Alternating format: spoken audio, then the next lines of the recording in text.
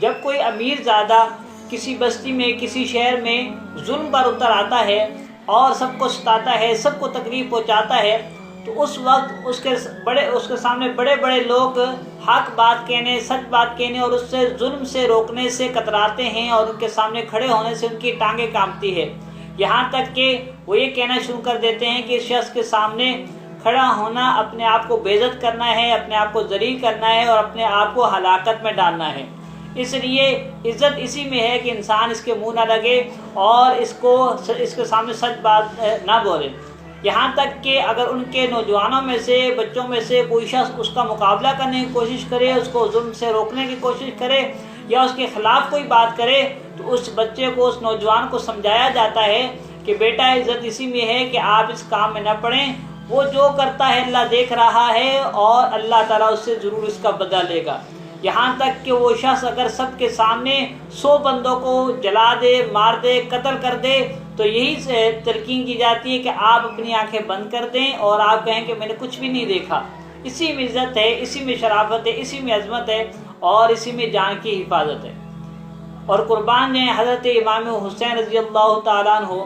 کہ آپ نے ظالم کو روکنے کے لیے، ظاہر ظلم کو اس لیے نہیں روک سکتے ہم لوگ کہ ہمیں اپنی جان عزیز ہوتی ہے، ہمیں اپنی عزت عزیز ہوتی ہے، ہمیں اپنا خاندان عزیز ہوتا ہے، ہم نے اپنے بچے عزیز ہوتے ہیں، کہ اگر ہم نے ظالم کو روکنے کی کوشش کی، اس کے سامنے سچ بولا، تو ایسا نہ ہو ہمارے بچوں کو کچھ ہو جائے، ہمارے خاندان کی عزت خراب ہو جائے، ہماری جان چلی جائے۔ اور حضرت امام حسین رضی اللہ تعالیٰ عنہ نے اپنا ملک، اپنی جان، اپنا خاندان، اپنی اولاد سب کچھ قربان کر کے یہ بتا دیا کہ ظلم کو ہر صورت روکا جائے گا، ظالم کا ہر صورت ہاتھ پکڑا جائے گا، اور یہی اسلام کی تلقین ہے، یہی اسلام کو پسند ہے، یہی اللہ اس کے رسول کے احکامات ہیں کہ جب بھی ظالم ظلم پر اترے تو ہر مسلمان کا کام یہ ہے کہ وہ صرف خدا سے ڈرتے ہوئے اس ظالم کو، اس ظالم کے سامنے سچی بات کرے اور اسے ظلم سے روکنے کی کوشش کرے۔ لیکن افسوس کہ ہم حضرت امام حسین رضی اللہ تعالیٰ عنہ کا نام بھی لیتے ہیں، ان کے نام پر نظر و نیاز بھی کرتے ہیں، ان کے دن کو بھی مناتے ہیں، لیکن ان کے دیے ہوئے سبق کو نہیں یاد رکھا، ان کے دیے ہوئے سبق کو ہم نے ایسے بلا دیا کہ جس طرح وہ بالکل غیر اہم تھا۔ اس لیے کوشش یہ کریں کہ اس محرم الحرام سے اس سبق کو یاد کریں کہ جب بھی آپ کے علاقے میں کوئی ظالم کھڑا ہو تو سب سے پہلے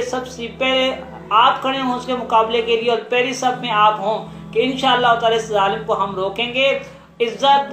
اور شرافت اسی میں ہے کہ جس طرح امام حسین نے ظالم کو روکنے کے لیے سب کچھ قربان کیا، اسی میں سب کچھ عزت ہے، اور تا قیامت ان کی عزت رہے گی۔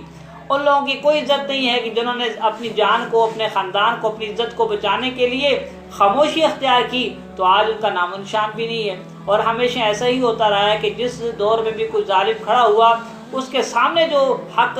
پسند کھڑا ہوا تو اسی کا نام رہا، اسی کی عزت رہی، اسی کی عظمت رہی۔ اور جو شخص اپنی جان کو بچاتا رہا، اپنی عزت کو بچاتا رہا، اپنے خاندان، اپنی اولاد اور اپنی نسل کو بچاتا رہا، تو اس کا آج بھی کوئی نام لینے والا نہیں۔